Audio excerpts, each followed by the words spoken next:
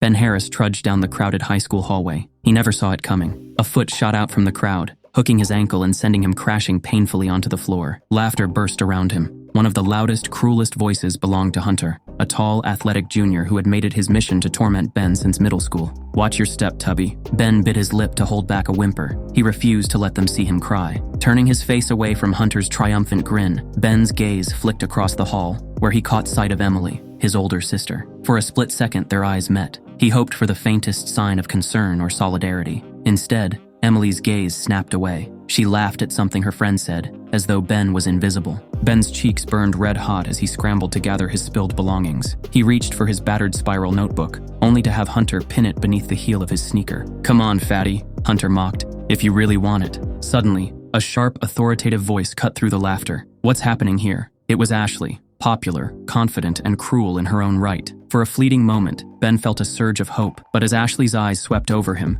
she curled her lip in open disgust and took a step back. "Ugh, repulsive," she spat loudly. Ben was trapped by laughter and teasing. The crowd soon lost interest. As the onlookers dispersed, Ruby, a quiet girl from Ben's history class, knelt beside him. "Are you okay?" she whispered, handing him one of his textbooks. Ben managed a shaky nod, swallowing the anger and shame that churned inside him. Ruby looked around and then leaned closer. "I forgot breakfast today. Forgot my lunch too." Ben understood her meaning instantly. He rifled through his backpack. He had bought her favorite sandwich earlier and quickly handed it to her. Ruby's eyes widened with relief and gratitude. The bell rang sharply. She pulled at Ben's sleeve, urging him to hurry so they wouldn't be late again. Still, the morning passed in a blur of hurt. Between periods, he half expected Hunter to corner him. He was too anxious to concentrate in class, jumping every time a whisper or passing snicker floated in his direction. When the lunch bell rang, fear sank heavy in Ben's stomach. Cafeteria time was always a gauntlet, the place where social hierarchies became painfully clear. He moved slowly through the lunch line,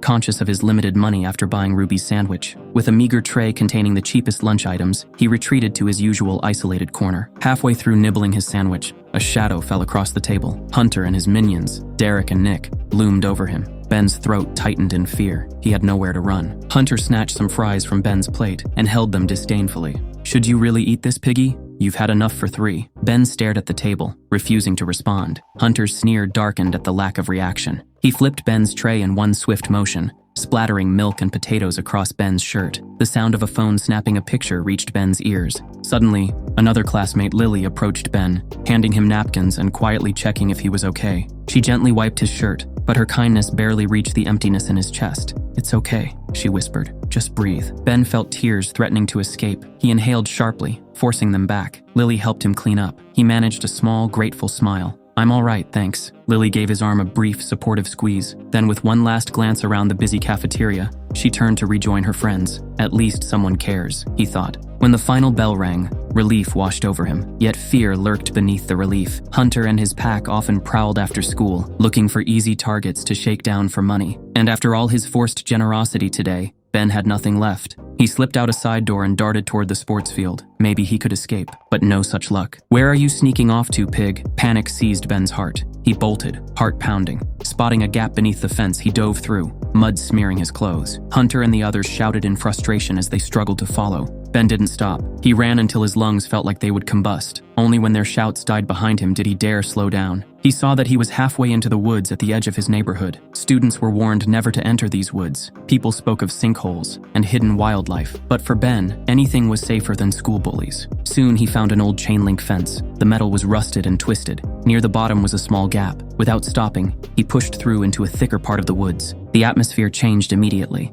Only the distant caw of a crow broke the silence. Yet he felt relief for leaving Hunter behind. Through a curtain of vines and decaying foliage, he spotted the outline of a structure, a small shrine or temple-like construction. Ben was curious. He pushed aside the wet branches and stepped into a small clearing. In the center stood a crumbling stone altar. She appeared sorrowful, exhausted, and emotionally raw. The events of the day came crashing over him. The humiliation, the fear, the laughter. Hot tears spilled down his cheeks. "Please," he whispered, "make it stop. I can't do this anymore." His words disappeared into the quiet woods. Feeling foolish, he bowed his head. Then, a soft wind blew through the clearing. Ben stopped and looked around, checking if someone was there. A faint, melodic whisper seemed to echo around him. So much sorrow, so much anger. It was impossible, of course, but it felt like the statue itself was speaking directly into his mind. Ben's left hand suddenly burned, a searing pain flaring across his palm. He yelped in shock, nearly dropping onto his backside. He forced his eyes open to see his palm. A dull red spiral glowed there, then faded into a jagged scar.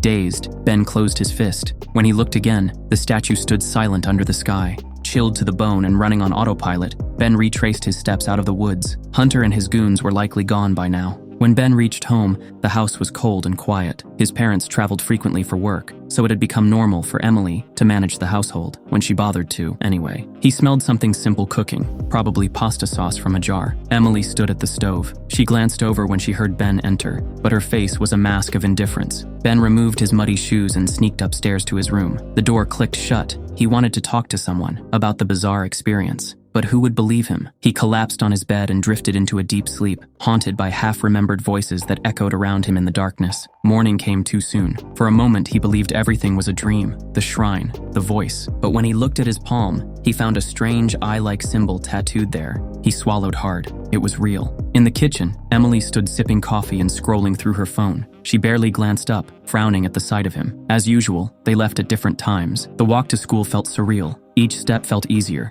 as if his body were more compact, stronger. Reaching campus, he saw Hunter and his cronies lounging near the school gates. Ben's first instinct was to avoid them, but something stopped him, an odd sense of confidence emanating from the tingling tattoo on his palm. Squaring his shoulders, he walked straight past them. Hunter caught sight of him. Well, if it isn't the piglet. Derek and Nick moved to block Ben's path. You gave us the slip yesterday. Ben's heart raced, but he stood firm. Stating he didn't want trouble, Hunter scowled. He lunged forward and shoved Ben's shoulder, only Ben didn't topple. He barely moved at all. It felt as though Hunter's push bounced off him. A flicker of confusion flashed in Hunter's eyes. A small crowd began to gather, excited by the prospect of a confrontation. Sensing this, Hunter grabbed Ben by the collar with both hands, trying to yank him forward. Again, Ben planted his feet and braced, refusing to budge more than a few inches. An astonished hush fell over the bystanders. This time, Ben seized his chance. With a burst of courage, he shoved Hunter square in the chest, sending the bully stumbling back, nearly losing his balance. Gasps rippled through the crowd. Nobody had ever seen Fat Ben stand up to Hunter like that.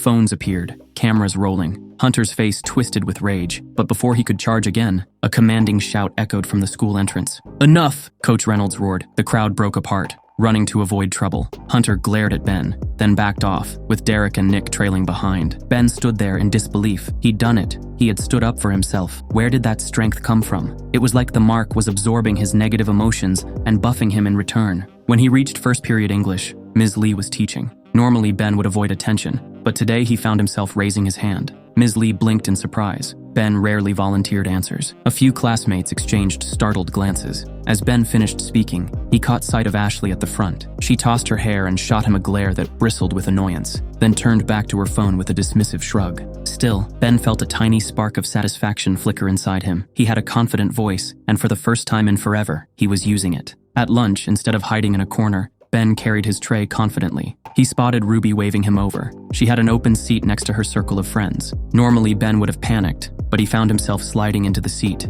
They chatted about weekend plans and the usual teenage gossip. Ruby's friend Marcy mentioned a trip to a nearby amusement park. Everyone was excited, except Ruby, who shifted uncomfortably. Ruby confessed she couldn't go, cheeks flushing as she admitted money was tight. Instantly, Ben reached into his pocket. He still had some leftover from skipping lunch the previous day. "Here," he said, offering her $40. "This should cover your ticket, right?" Ruby's eyes widened as she glanced between the money and Ben, questioning if he was sure. Ben smiled softly. "It's fine. If you need lunch or anything else, just let me know." Tina and the others exchanged glances, impressed. Ruby beamed and impulsively gave Ben a quick side hug. Heat flashed across his cheeks at the contact, but he also felt a blossoming pride. Hunter and his crew were suspended for a week after footage was reviewed by the principal. With them gone, Ben felt freedom in the halls for the first time since he could remember. Classmates who had barely acknowledged him now greeted him in passing. Ruby grew more attached, leaning on him for small favors, borrowing a few dollars, finishing a homework problem, or letting her copy notes. Ben liked the attention, the normalcy of having friends around. He was still too flattered to notice the pattern. How many people always seemed to forget their money when they were with him? At home, Emily noticed changes too. Ben was less passive, more outspoken. One evening, she tried her usual tactic, turning up the TV volume loud and drowning out his attempt to speak with her about chores. This time, he snatched the remote from her hand. She gaped for a moment before rolling her eyes. "Stop acting like you're someone important. It's annoying." He set the remote down, face calm. "And yet here you are noticing me. Maybe go back to ignoring me like you always do." Her eyes flashed with anger, but she said nothing and stalked off. Soon, a burning curiosity drew Ben back to the shrine. A week had passed since he found it, and woke up with the mark. He needed to learn the source of the confidence and power he was gaining. After school, he returned to the same area by slipping through the gap in the fence. Only something felt different this time. Every path seemed to loop him back to the same spot, no matter which direction he took. A creeping unease ran down his spine, as if the forest were trying to confuse him. Hidden among the trees, unseen by Ben, a pair of crimson eyes watched, smiling faintly at his frustration. After nearly an hour of searching, Ben gave up and trudged home, more questions than answers swirling in his mind. That night, he scoured local legends on the internet. He found only passing mentions of a weeping maiden ghost story in those woods, rumored to cry under the moonlight. Hardly helpful. Next morning, as he passed Ashley and her friends, he overheard them whisper, "He thinks he's so cool now." To his own surprise, he turned, smirked at them, and waved. One of the girls blushed and looked away, mortified that she'd been caught bad-mouthing him. Ashley rolled her eyes so hard it looked painful, but Ben merely walked off. Later that day, Ruby asked Ben if they could walk to the bus stop together after class. He felt a nervous excitement, wondering if this might be a transition from casual flirting to something more real. He waited by the school gate, checking his phone every few seconds. 10 minutes passed, 15, no sign of her. Growing worried, he went back inside to look for her. Passing a partially open classroom door, he froze at the sound of her voice inside. Marcy's voice answered. Ben inched closer, and his stomach twisted when he heard his name. "Just saying it's gross how he follows you around like a lost puppy," Marcy quipped. Ruby sighed. "He's not that bad, Marcy. He's fat, ugly, and desperate," Marcy cut in sharply. "You've been nice to him, but people are starting to think you actually like him. That's social death, you know." Ruby's voice dropped. "I know. He is fat and ugly. It's not like I enjoy hanging out with him. I was just trying to be nice, as he is paying for my stuff. He keeps taking it the wrong way." Marcy laughed. "Exactly. Use it to your advantage while you can. Let him buy you things, but you gotta pull back or he'll think you're dating. That's even more embarrassing." Something inside Ben broke. Each word stabbed his heart like a needle. He turned and left the building without a sound, tears burning at the corners of his eyes. He walked aimlessly, eventually collapsing onto a bench in a nearly empty park. "How could she?" Ben whispered to himself. "I thought she was different." The mark on his palm throbbed. A dark swirl of emotions coalesced inside him. In the end, nothing had truly changed. Even confidence wasn't enough when people judged him solely on looks. He went home that evening, ignoring Emily's half-hearted greeting. Locking himself in his room, he ignored the phone that buzzed with messages from unknown numbers. Maybe classmates who heard some rumor. He didn't care. He was done with them all. That night was a fever dream. He tossed and turned, sweat drenching his sheets. Each time he closed his eyes, he heard Ruby and Marcy's voices taunting him. The intense heartbreak made him forget about the mark, which was throbbing intensely. They only used you. Give in, or keep suffering. Each hateful whisper in his mind felt both external and intimately his own. By morning, he was exhausted. For a solid week, he skipped school under the pretense of being sick. Emily, begrudgingly worried, knocked on his door a few times, but he refused to answer. The world outside could burn for all he cared. But on the 7th morning, he awoke in a startling calm. The fever was gone. His mind felt strangely clear, albeit simmering with a quiet anger. He half-sleepingly got out of bed, noticing his body felt lighter, more energized. Running a hand through his hair, he caught a glimpse of himself in the mirror and froze. His reflection was different. The chubby, lumbering figure was replaced by something leaner, sharper around the jaw, the belly reduced. He looked as if he'd lost 50 pounds overnight, his face inches closer to the person he'd always yearned to be. Was he still dreaming?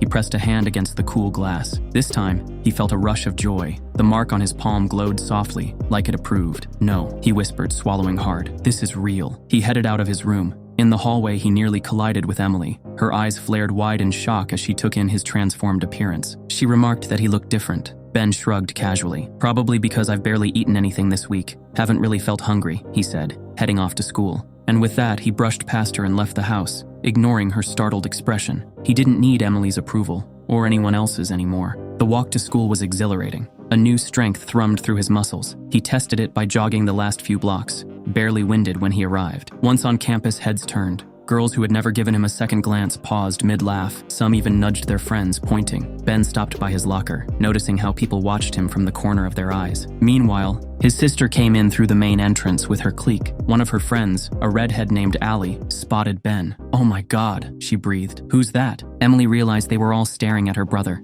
The same brother she'd disowned socially for years. Now he looked like someone else entirely. Pride, embarrassment. She couldn't place the emotion coiling in her chest. "That's my brother," she mumbled, instantly regretting the admission. Her friends stared, teasingly asking since when she had a hot brother. Emily's face burned. Down the hall, Ben caught bits of their conversation. He heard someone say, "Emily's brother." Not that it mattered. He shut his locker and strolled to class. In first period homeroom, Miss Sandoval paused mid-sentence as Ben walked in. She hesitantly asked if she knew him. A classmate from the back spoke up. "That's Ben Harris." A ripple of whispered astonishment spread through the room. Sandoval raised her eyebrows. "Ben, She shook her head, collecting herself. "Take your seat, please." He sat in his usual spot. Ruby, seated one row over, looked anxious, scribbling on a slip of paper. She slid it onto his desk when Miss Sandoval turned to the board. "Where have you been? You look amazing. Let's talk at lunch?" Ben's heart twisted at the sight of her handwriting. A few days ago, her words could have warmed him, but all he could think of now was the conversation he'd overheard. He offered her a small, non-committal smile, and her face lit with relief. Then he caught Ashley watching him from across the aisle. Her gaze flicked away the instant their eyes met, a faint pink tinge coloring her cheeks. Just as class finished, two figures appeared at the doorway, Hunter and his cousin Jake. Evidently, their suspension had ended. Hunter stepped directly in front of Ben, angrily challenging his newfound confidence. Jake rolled his shoulders, showing bruises from who knew what previous fight. Suddenly, Hunter lunged forward. The mark on Ben's palm flared. Lightning fast, Ben caught Hunter's wrist, twisting it. Hunter hissed in pain. Jake lunged forward, swinging a heavy textbook at Ben's head. Ben ducked just in time. Students scattered with screams, some filming on their phones. Jake charged again. Ben sidestepped and slammed a palm into Jake's ribs. Jake staggered, nearly toppling onto another row of desks, but came back swinging pure rage in his eyes. He crashed into Ben, both of them tumbling over the chairs. Hunter freed from Ben's initial hold, snatched a metal chair and struck at Ben's back. Pain flared, but adrenaline kept Ben upright. He spun, yanked the chair away. With unnatural strength, he grabbed Hunter by the collar, lifting him clear off his feet and pinning him against the wall. Jake tried one last time to tackle Ben from behind, but Ben twisted at the last second, delivering an elbow to Jake's jaw. Jake crumpled to the floor, dazed. Hunter's eyes filled with fear as Ben pressed him harder against the wall, voice low. "Had enough?" Fear flashed in Hunter's eyes. "Fine," he muttered, shame burning his cheeks. "Let me go." Ben released him. The classroom stood in stunned silence. Nobody had expected this outcome. Without a word, Ben picked up his scattered belongings and walked out, leaving a hush of disbelief in his wake. As soon as the bell rang for break, the hallway burst into excited chatter. Students swarmed Ben, especially the girls, clamoring for details. "How did you do that? Have you been working out?" Ben felt a surge of exhilaration mixed with disorientation. He offered only vague answers. "Guess I'm stronger than I look." Finally, Ruby cut through the crowd, grabbing his hand. "Come on," she urged. "Let's go somewhere quieter." She led him to the cafeteria, weaving between tables until they reached a quieter corner. They joined the lunch line together. Ruby paid for both their meals, smiling shyly.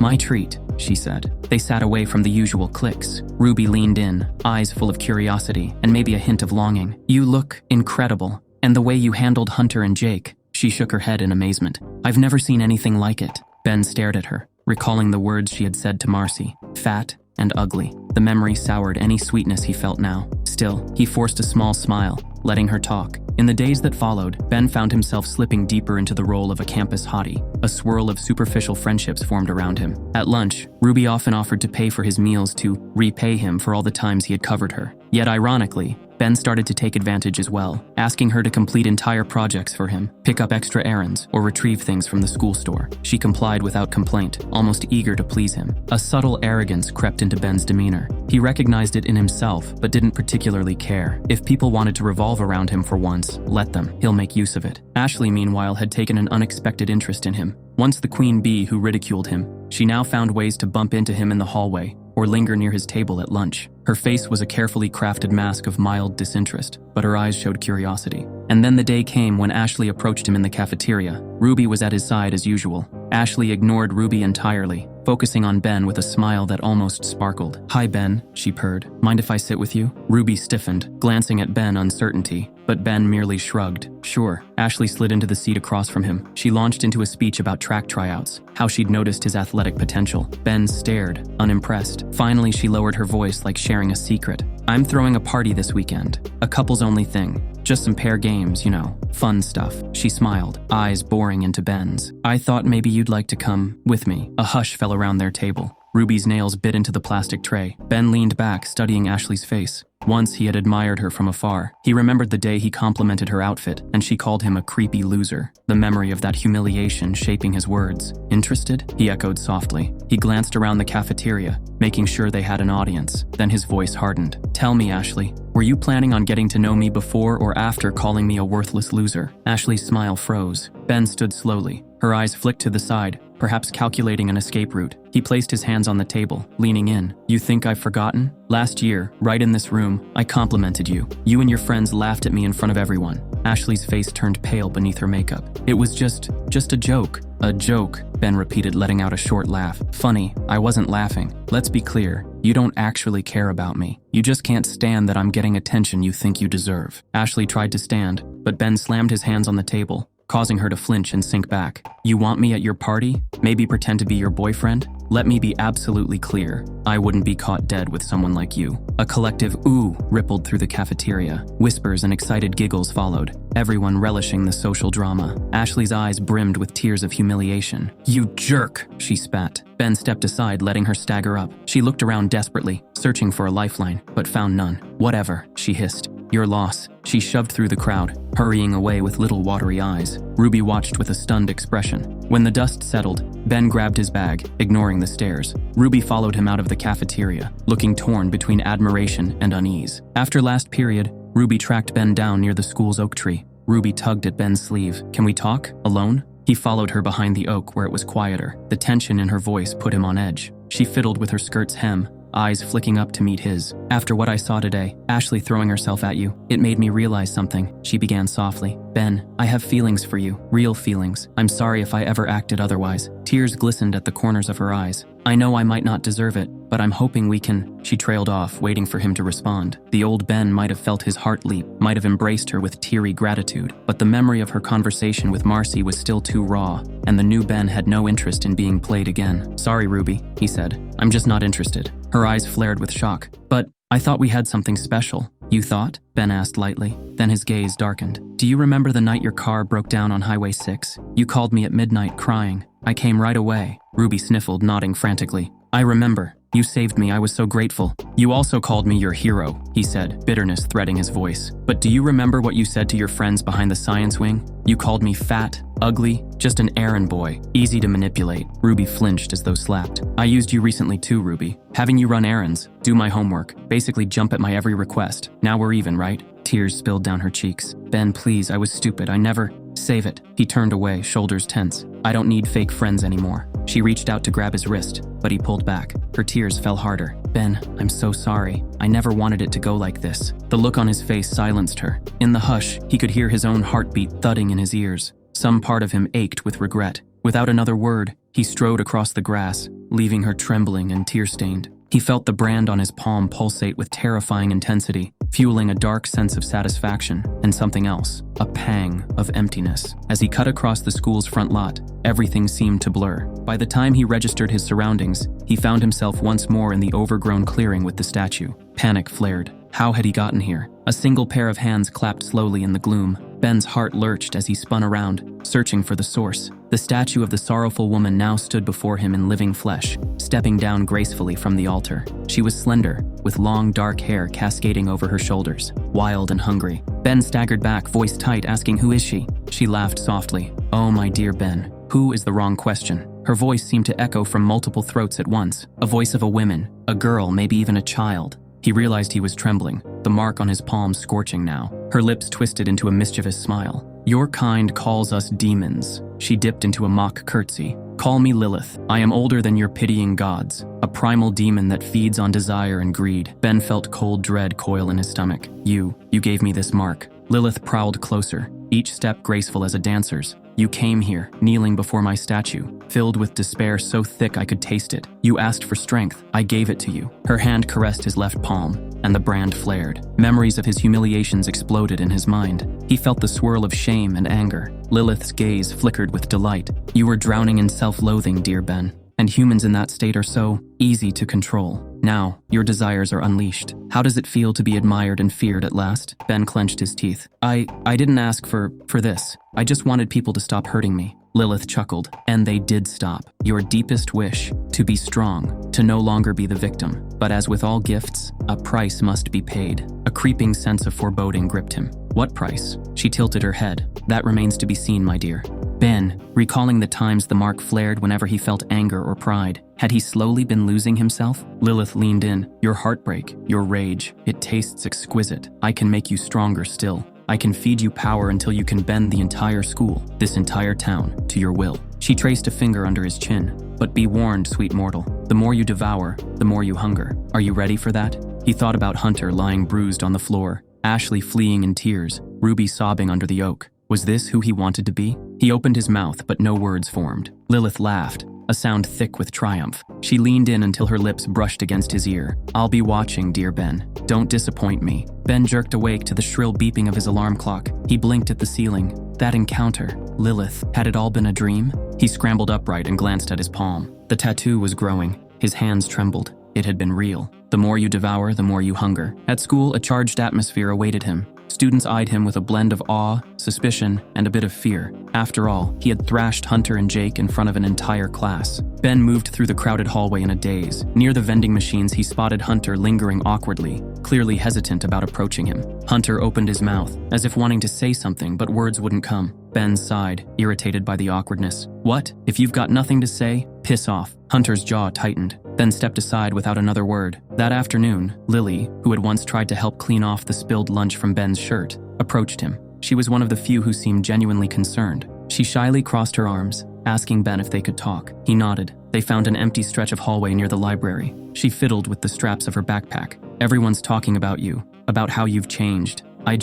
She took a breath, meeting his eyes. Are you okay? Her question caught him off guard. Most people asked for favors, not if he was all right. He managed to say he was fine. She nodded slowly. You don't have to tell me details, but if you ever want to hang out or talk about anything, I'm here. There was an earnestness in her voice that tugged at something deep in his chest. Ben felt an urge to confide in Lily, to unload the horror of his predicament, but fear of sounding insane and of dragging her into this darkness held him back. He forced a small smile. Thanks, Lily. Her face lit with relief. She gave a little wave and disappeared into the crowd. In the evening, Ben returned home to find Emily perched on the living room couch. She rarely confronted him like this, so he paused warily in the doorway. What? He asked, removing his sneakers. She turned off the TV. So, you beat up Hunter. Words all over school. He shook his head, saying the guy deserved it. She frowned, tapping her nail on the remote. I don't care that you beat him up, but you realize you're making a scene, right? Now everyone's talking about you, which means they're talking about us. A hint of her old scorn flickered across her features. Ben's anger rose as he bitterly reminded her she'd spent years hiding their relationship. Emily flushed. You don't get it. My social life. Your social life, Ben repeated mockingly. That's more important than literally anything else. Well, guess what? I won't be your dirty little secret anymore. She stood. Mom and Dad told me to look after you, but you're just making everything worse. First, you vanished for a week. Now you're acting like some pumped-up jerk. This isn't you. He laughed bitterly. Isn't it? Maybe I'm finally fed up. He stalked toward the stairs. You never cared before, so don't pretend now. Emily opened her mouth to retort, but he was already gone. That night, Ben dreamed of Lilith again. She stood at the shrine, beckoning him closer. What do you want? Ben demanded in the dream. Lilith's lips curved into a predatory grin. I want you to embrace what you're becoming. You can have revenge, power, everything you've ever desired. You need only ask. He jolted awake, drenched in sweat. The next day at school, despite Ben's harsh rejection, Ashley seemed determined to salvage her position. She planned her couples-only party anyway, and rumors spread fast that it was going to be huge. But word reached Ben through Ruby. Ruby, still on shaky terms with Ben, approached him sheepishly the day of the party. Ashley insisted I bring you, she said. She claims you're cool now, and you'll attract attention. I know you don't like her, but Ben arched an eyebrow. He wasn't sure which was more annoying, that Ashley had the gall to invite him after their confrontation, or that Ruby was still acting like his messenger. Is that right? He drawled. Ruby nervously apologized, suggesting he come along to show everyone he wasn't bothered by the drama, mentioning Lily would be there too. At the mention of Lily's name, he hesitated. Lily had been genuinely kind. Maybe if she were there, he'd have someone normal to talk to. Part of him also relished the chance to show Ashley up on her own turf. All right, he finally said. The mansion was as lavish as rumored. Music throbbed through the air as clusters of teenagers laughed, flirted, and danced. Heads turned as he walked in. Ashley glided forward, greeting him with a practiced smile. "Ben, you made it." She looped an arm through his, ignoring the tension between them. He stepped back, forcing her to release him. "Don't push your luck." She laughed airily, though her cheeks colored. "Right, well, enjoy the party. Drinks and food in the kitchen, and my room is on the first floor," she chuckled. Ruby approached hesitantly, raising her cup in thanks, trying to meet Ben's gaze. He replied indifferently that he might not stay. A hum of conversation broke out as people noticed him. Some admired his new look. Others whispered behind how he had nearly crushed Hunter. In the far corner, Lily stood, awkwardly nursing a can of soda herself. She brightened when she saw Ben and waved him over. "Hey, I wasn't sure if you'd come." He smiled faintly, admitting uncertainty about being there, but glad to see a friendly face. She gestured to the crowd. Ashley's typical crowd. Models, jocks, some random kids hoping for clout. "I'm out of place, but I came with a friend who just left me to flirt with some senior. So, I'm basically alone." She laughed, a bit wryly. Ben felt an odd protectiveness toward Lily. They chatted for a bit, sipping sodas, sharing stories. Her warmth and sincerity reminded him that life wasn't all betrayal. Suddenly, the music cut off. Heads turned. Standing in the living room doorway was Hunter. Ashley hurried to Hunter, greeting him quickly and checking if he was okay. His gaze locked on Ben. Everyone knew about their feud. Lily stepped closer to Ben, eyes wide with concern. Hunter insisted he wasn't looking for trouble. Ben folded his arms, urging him to speak. Hunter glanced around, noticing the phone's recording. "You made a fool of me. I don't deny I deserved some of it." He paused, frustration etched on his features. "I'm done with you. I'm calling it quits before someone gets seriously hurt." A ripple of surprise ran through the onlookers. This was not the outcome they expected. Ben's anger flared, spurred on by the mark. "You started this." "I know I did," Hunter snapped. "But I was never out to kill you. I was just... No, it doesn't matter. I've got bigger problems at home, so I'll keep my distance." There was a trembling sincerity in Hunter's voice that pricked at Ben's conscience. Lily placed a hand on Ben's arm, voice soft. Maybe it's time to end this, Ben." Meanwhile, Ben wavered, the two halves of himself at war. He could hear Lilith's voice in his head. "Crush him. Show no mercy. That is the only way." Suddenly, thunder rumbled outside. The overhead lights blinked again, plunging the mansion into near darkness for several heartbeats. Then the lights returned, dimmer than before. Before anyone could speak, a figure appeared in the open door. Drenched by the rain, wearing a thin black dress, stood the demon girl. Ben's heart lurched in horror. "Lilith," he breathed. She had crossed into the mortal world, no longer bound to the shrine's clearing. Her eyes scanned the room. "What a delightful gathering," she purred. "May I come in?"